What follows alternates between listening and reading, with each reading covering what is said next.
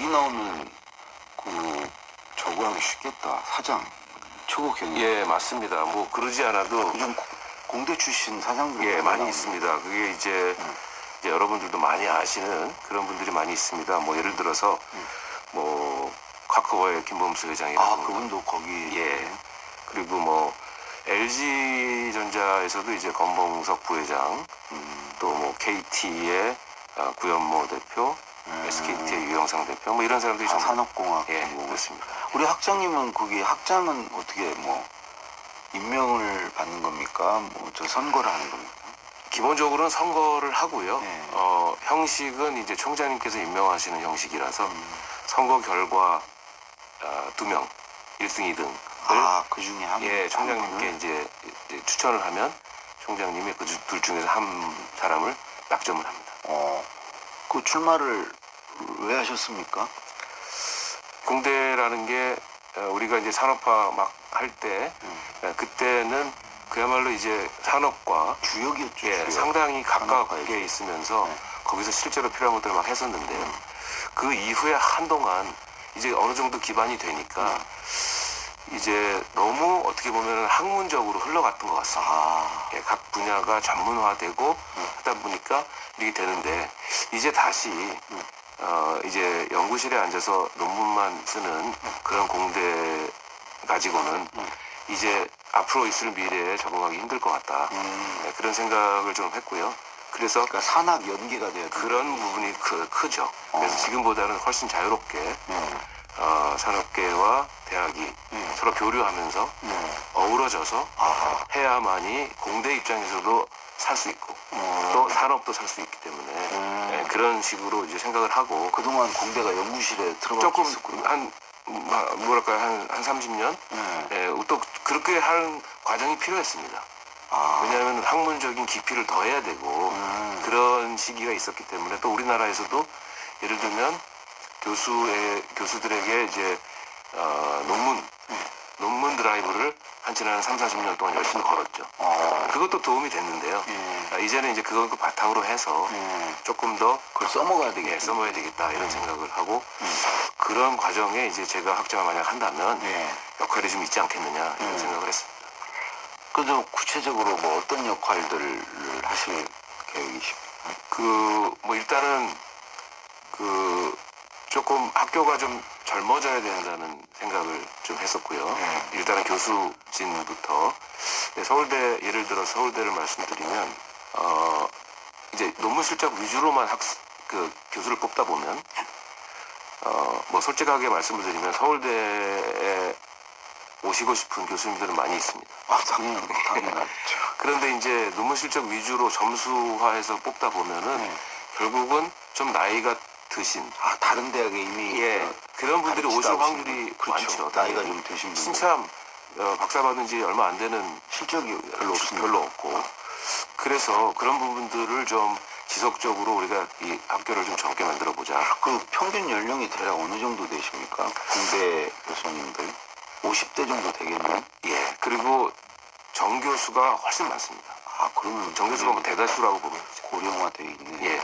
그래서 이제 어떻게 보면은 특히 이제 아까 말씀드린 논문 실적 뭐 이런 거 위주로 사람을 뽑다 보니 뭐 다른 학교에서 뭐 부교수 하고 계시다든가 또는 심지어는 정교수 하시는 분들을 많이 데려왔고요. 그것도 그동안은 우리한테 많이 도움이 됐습니다.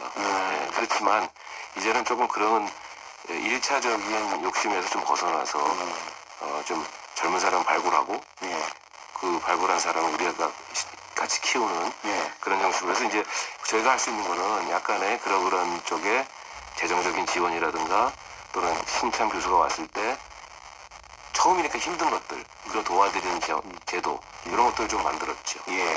그리고 교수님들 좀 젊게 만드는 거 그거 하나 하고 그 다음에 이제 학생 선발인데요.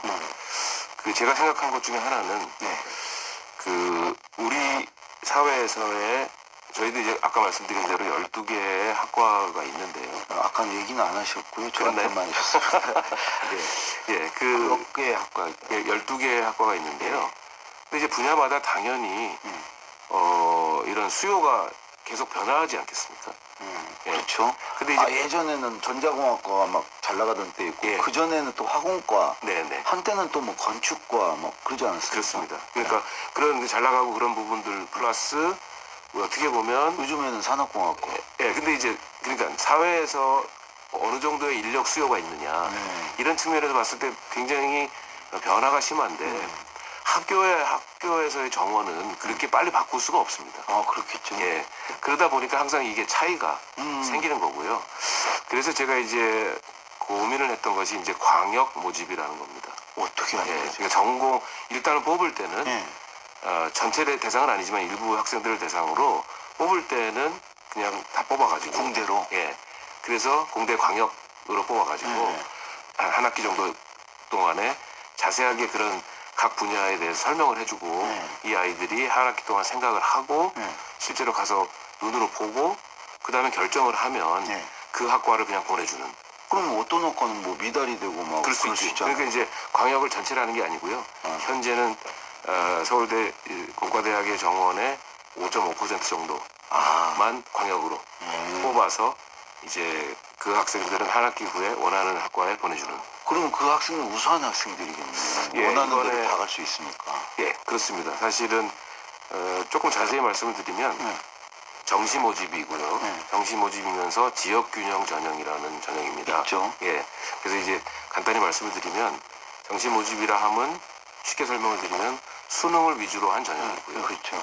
그다음에 지역 균형 전형은 서울대의 경우에는 학교장의 추천이 필요한 그러니까 한 학교에서 많이 올 수 없는 거죠. 그렇죠. 예, 2명까지 지원을 할 수 있고 네. 이런 제도에 이제 저희가 광역을 집어넣고요. 그래서 이제 여러 가지를 노린 것이죠. 가능하면 다양한 서울 지방 포함해서 다양한 학교에서 학생들이 왔으면 좋겠다. 그리고 이 학생들에게는 자율권을 줘서 이 학생들이 자유롭게 가서 선택을 하도록 하자라는 취지라고 보시면 되겠습니다. 그게 언제 지금 시행이 됐습니까? 예, 이번 학기 다시 말하면 23학년도 1학기 예, 23학년 1학기에 처음으로 학생들이 이제 선발이 됐습니다. 그렇게 해서 지금 뽑았고 그리고 나서 그 한 과를 학기- 정하는 것은 예, 한 학기 후에. 다니고 나서 한 학기 동안 특별한 과목을 하나 만들어서요. 그 각 분야에 대해서 이제 교수님들이 오셔가지고 설명을 해주는 그런 특수한 과목을 하나 만들었죠.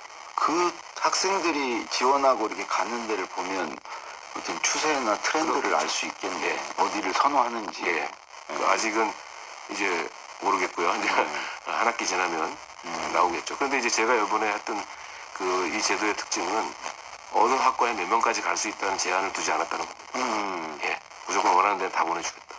그 원하는 게 좋은 건 다 똑같이 좋은데. 근데 저는 그렇게 보진 않고요. 올해 어떤 특정한 학과에 다 몰렸다 하더라도 그것은 시간이 지나면서 또 변하는 것입니다. 예. 다음에는 또 예. 바뀌고. 예, 그건 아주 자연스러운 그 뭐 변화가 그냥 반영이 된다고 보면 되겠습니다.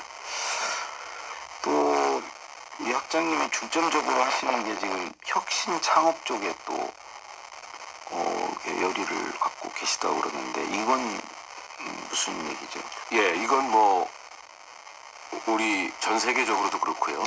지금 현재 세계가 엄청나게 빠른 속도로 변하고 있고요. 뭐 최근에 많이들 아시겠지만 뭐 오픈 AI의 챗 GPT라든가 뭐 구글에서도 뭐 바드 뭐 이런 얘기도 계속 나오고 있는데요. 이제 결국은 이제 우리가 기존의 산업화 시대 겪으면서 이제 어떻게 보면 대기업 중심의 그러한 안정적인 그런 베이스를 가지고 어떤 산업을 만드는 이끌어 나가는 그런 시대에서 지금 급속도로 이 새로운 산업이 만들어지고 있습니다. 이런 부분에 있어서는 저는 가장 중요한 것이 그런 유연성을 우리가 확보할 수 있습니다. 대기업 그 공룡은 움직임이 둔하니까. 예. 물론 대기업이 이러한 스타트업들과의 협력 관계를 잘 가져가는 것도 되게 중요합니다. 결과적으로는 세계를 제패하려면 아이디어만 있어서는 안 되는 것이고요. 이러한 어떤 그 조직도 있어야 되고 할 텐데 적어도 그것을 시작하는 단계에서는 이런 유연성이 바탕이 되고 창의적인 유연성 그 부분이 없으면 앞으로의 미래의 세계에서 주도권을 잡기 힘든 것이죠. 그럼 그 유연성을 대학이 제공해야 됩니까? 그래서 이제 학생들을 그렇게 길러야 하고요. 그리고 가능하면은 스타트업 같은 것들을 학교 내에서 있을 때 경험도 해보고 또는 그것이 잘 될 경우에는 실제로 그런 사업을 해볼 수 있게 또는 앞으로 잘 되면 그 이후에 계속 뻗어나갈 수 있게 해주는 기능까지를 학교에서 해야 된다고 저는 가르치기만 하지 않고. 예. 그런 생각을 하고 있습니다. 그래서 구체적으로 뭘 지금. 일단 그런 아이디어 경진 대회라든가 이런 걸 통해서 창업에 대한 학생들의 관심을 유도하고 아이디어를 내보는. 근데 아이디어만 가지고 이제 되는 게 아니라 그 다음 단계는 이제 실제로 창업을 할 수 있게. 그래서 이제 주니어 스타트업 뭐 이런 경쟁 이런 것도 하고요. 실제로 스타트업을 해서 또는 하기 전에 도와주고 한 다음에 이제 그들끼리 모여서 또 아이디어도 교환할 수 있게 하는. 뭐 투자도 받고 뭐 이런 네, 것도 해야 그래서 되고. 그 단계를 지나면 이게 회사가 크려면 이제 돈이 필요합니다. 네, 그래서 투자 단계가 들어가는데 특히 서울대 공대 같은 경우는 다양한 아이디어들이 나오고 거기서 스타트업이 만들어지면 결국은 서울대 공대가 그러한 투자자들과 이러한 기술적인 아이디어들을 스타트업에 대한 아이디어들을 엮어줄 수 있는 기능도 필요하다. 이렇게 생각을 해서 그 일례로 이제 저희가 그 유니콘 발굴 투자조합 1호라는 것을 작년에 이제 시작을 해서 올해 처음으로 회사를 선정하고 했습니다. 이것은 기존에 우리가 하던 기부금 위주의 방법이 아니라 투자를 받는 실제 이 기술, 가능성 있는 기술에 투자를 하고 싶은 분들이 투자를 하게 만들고 그 수익금이 나면은 그것을 다시 학교로 환류하는 그런 선순환의 구조를 만들어 보자. 아니 그러면 거기 그렇게 해서 사업을 했던 학생들은 가져가는 건 없고요? 아니 그건 당연히 있죠. 있고. 네, 자기가 사업을 하니까 자기가 수익이 났겠죠. 수익금의 20%를 학교에 기부하도록 만들었습니다. 20%만. 네. 그렇게 되면은 또 우리는 그 기부금을 가지고 창업 교육, 보육을 더 강화할 수 있고. 그 선순환이 되게. 돌아가는 거죠. 그럼 서울대에서 그런 거 한다 그러면 투자할 용의가 있는 분들 좀 많이 있을 것 같은데. 같고요. 제 지금 저에게 주어진 미션은 이제 요게 잘 돼야지. 그 다음에 이제 2호, 3호 계속하면서 이제 더 많은 투자자들을 받고 또 우리 학생들 내지는 교수님들의 그런 새로운 스타트업에 대한 아이디어 이것들을 이렇게 엮어줄 수 있는. 그 미국이나 이런데 뭐 산학 연계, 뭐 산학 협력 정말 잘 되지 않습니까? 예, 나름대로 실리콘밸리님. 그런 이제 그런 그 실리콘밸리 당연히 이제 특히 이제 스탠포드를 중심으로 해서 그런 학교와 이런 스타트업들의 관계가 뭐 굉장히 오랜 역사를 가지고 있고요. 저희는 너무 늦었네. 너무 늦었지만 이제 시작한다. 뭐 우리 국민의 특성이 반짝이는 아이디어는 또 한 번 하기 시작하면 또 무섭게 또 나오니까. 저는 뭐 늦었다고 생각될 때가 아주 빠른 때다 이렇게 생각하고 있습니다. 그리고 또 우리 교수님들 이 연령 낮추는 것과 함께 그 교수님들이 기업 활동에 이렇게 참여하는 것도 문을 열어줬다고 하시던데. 그건 이제 조금 좀 틀을 먼저 말씀을 드리면요. 특히 이제 저희 공과대학의 경우에는 그 산업체와의 협력 관계, 특히 우리가 얘기하는 이제 산학협력이라는 것이 가장 중요합니다. 그렇죠. 예, 근데 이제 기존에 우리가 전통적으로 생각하던 산학협력은 어떤 교수님께 기업에서 어떤 과제를 줘서 그럼 그 과제를 수행해서 결과를 보고서로 만들어 가지고 회사에다가 주는 이런 형태의 소위 과제 수주형 그런 정도의 그 산학협동이 주로 되어 왔었는데 물론 그런 것이 필요한 경우도 있겠지만 지금 제가 생각하는 거는 뭐냐면은 기업과 학교와의 관계가 지금보다 더 가까워져야 된다. 그래서 인력 교류형의 연대 관계가 필요하다.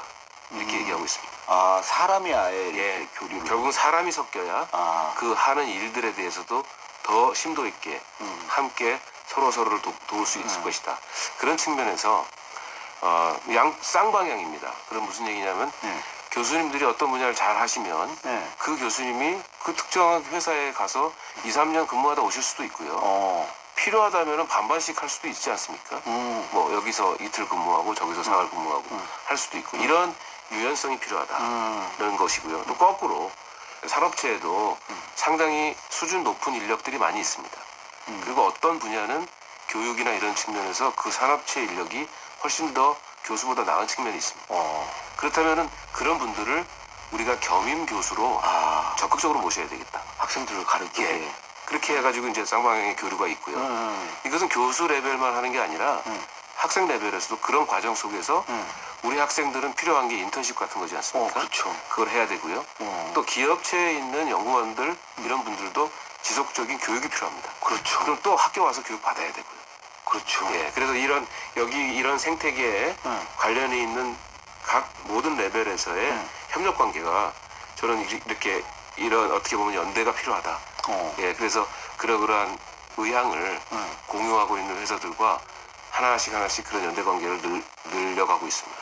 근데 그 교수님들 중에 어떤 교수님은 이제 이 산학 연계가 잘 돼서 학교는 잘 안 나오시고 거기 가서 돈도 많이 버시면서 맨날 그 회사로 출근하시고 거기 무슨 사회이사 이런 거 하시면서 이제 그렇게 살면 그거를 뭐 그런 걸 싫어하시거나 그런 기회를 못 갖는 다른 교수님들 불만이나 저는 반발도 있을 수 있을 것 같은데 다들 다르기 때문에 예, 저도 이해하고요. 그런데 저는 이제 보는 시각이 오히려 그런 부분들을 음성적으로 할 것이 아니라 양성화하고 제대로 된 형태로 관리하는 것이 필요하다.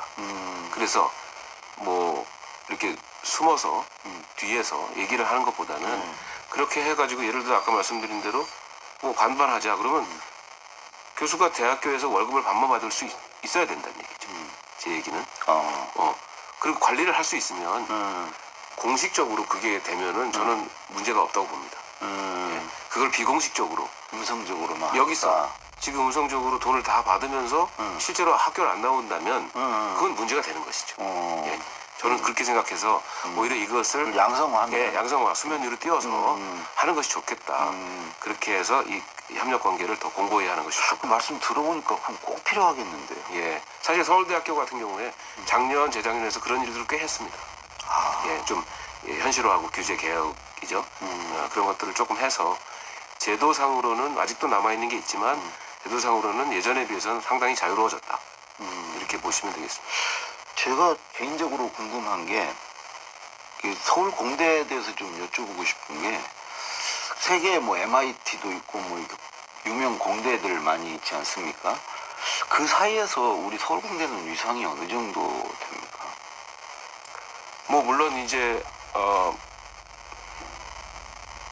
뭐 최근에 뭐 여러 가지 그런 저는 사실 랭킹 뭐 그런 랭킹주의자는 아니에요. 그럼에도 불구하고 참고를 할 수 있는 것이죠. 예. 그래서 저희가 올해 처음으로 이제 20위권에 들어갔습니다. QS라고 하는. 그 정도 돼요?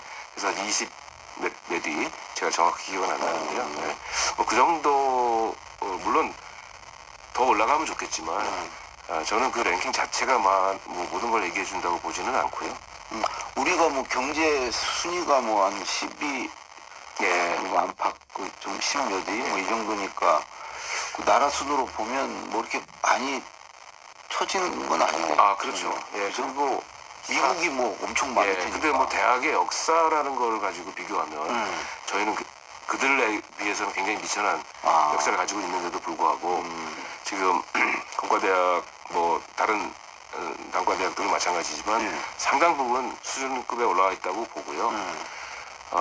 또 한 가지는 이제 우리 사회가 이제 우리나라 전체를 공과대학이 이제 드라이브하는 그런 형태로 변해가고 있지 않습니까? 드라이브 한다는 게 무슨 말이죠? 이제 새로운 혁신이 필요하고 새로운 사회가 변하는 데 있어서 앞에서 끌고 가는 그런 것들이 뭐 저희 입장에서는 저희 생각은 이 공대가 새로운 사회를 만들고 있다. 이렇게 자부하고 있기 때문에 어떻게 보면 우리나라의 공과대학은 그런 부분도 꽤 큰 거죠. 산업화 시대에 그런 역할을 했었고요.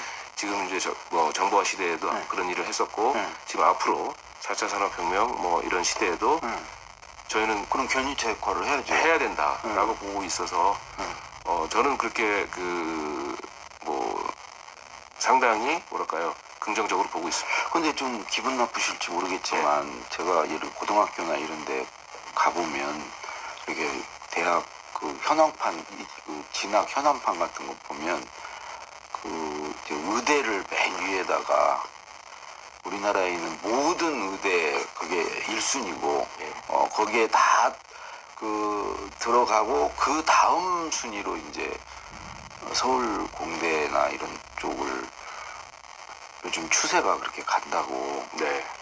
그렇게 하면 좀 아주 안 좋게 얘기하면 이제 다 위에서 다 우수한도 다 뽑아가고 나머지 남는 사람들이 요즘 이제 그렇게 서울 공대로 간다고 잘못 생각하는 사람들이 있을 네. 것 같은데 아니, 그거에 뭐 대해서는 어떻게 해요? 잘못 생각하는 건 아닌 것 같고요. 현실이 이제 팩트가 그런 것이죠. 이렇게 웃음이 예. 근데 이제 물론 공과대 학장으로서 또는 공과대의 교수로서 굉장히 안타깝기는 합니다. 이제 결국은 제가 해석하는 측면에서는 사회는 예전에 비해서 굉장히 그 불확실성을 더해가고 있는데요. 또 우리 학생들 또는 부모님들의 입장에서는 그 불확실성을 어떻게 보면 적극적으로 대응해 나가는 그런 능력을 갖추지 못했거나 그 가능하면 피해가고 싶다. 그러니까 어떻게 보면 지금 조금밖에 남아있지 않지만 그래도 안정적으로 보장된다고 하는 그런 직업을 또는 그런 전공 분야를 해야 되지 않겠느냐라고 뭐 많이들 생각하는 것 같고요. 뭐 저는 그렇게 그런 현상이 나오는 거에 대해서는 뭐 어느 한 쪽의 책임은 아니라고 봅니다. 누구나 다 안정적인 것으로 선호하는 것은 있는 것이니까요. 그러나 조금 좀 우리가 멀리 보면 이 불확실성이라고 하는 거는 앞으로 점점 더 증대될 것이고 그것을 피해간다고 없어지는 것은 아닙니다. 아니 심지어 예전에는 정말 안정적이라고 얘기했던 의대, 뭐 법대 그 자체가 안정적이지 못한 상황이 되는 게 불확실성의 시대입니다. 그렇죠. 예, 그래서 뭐 많이들 아시겠지만 뭐 의사, 뭐 변호사도 예전만은 못하고 옛날에 한의대가 엄청 인기였다가 막 한의대가 또 어떻게 되고 막 그 왔다 갔다 하더라고요. 그래서 뭐 어떻게 될지 저희 모르는 거죠. 네, 그러나 이제 저희는 아까도 잠깐 말씀드렸지만 우리 사회를 우리가 공대가 견인한다라고 하는 굳은 믿음이 있기 때문에 조금 더 물론 저희도 노력을 많이 해서 우리 학생들에게 그런 좀 도전 정신, 창의성을 바탕으로 한 도전 정신, 우리 사회가 전반적으로 이런 분위기가 될 때 결국은 공과대학의 인기는 더 올라갈 것이고요. 이런 선순환의 구조가 만들어질 것이다. 조금 뭐 희망사항이 있다면 우리 초중고등학교의 교육이 조금 더 그런 학생들을 도전적으로 만드는 그런 쪽으로 갔으면 좋겠다는 그런 희망사항은 있죠. 그게 좀 심각하던데 그렇게 희망만 하고 계셔서는 안 될 것 같은데 지금 이제 시간이 오늘 지금 다 돼서요. 내일 하루 더 모셔야 될 것 같아요. 지금 듣고 싶은 얘기가 많아서. 말을 좀 많이 했는 것 같습니다. 아니요. 지금 하실 말씀만 딱 하셨는데 이건 워낙 짧아서 시간이 내일 하루 좀 더 모시겠습니다. 예, 알겠습니다. 학장님 오늘 나오셔서 고맙습니다. 예, 감사합니다. 서울공대 학장인 산업공학과 홍유석 교수였습니다.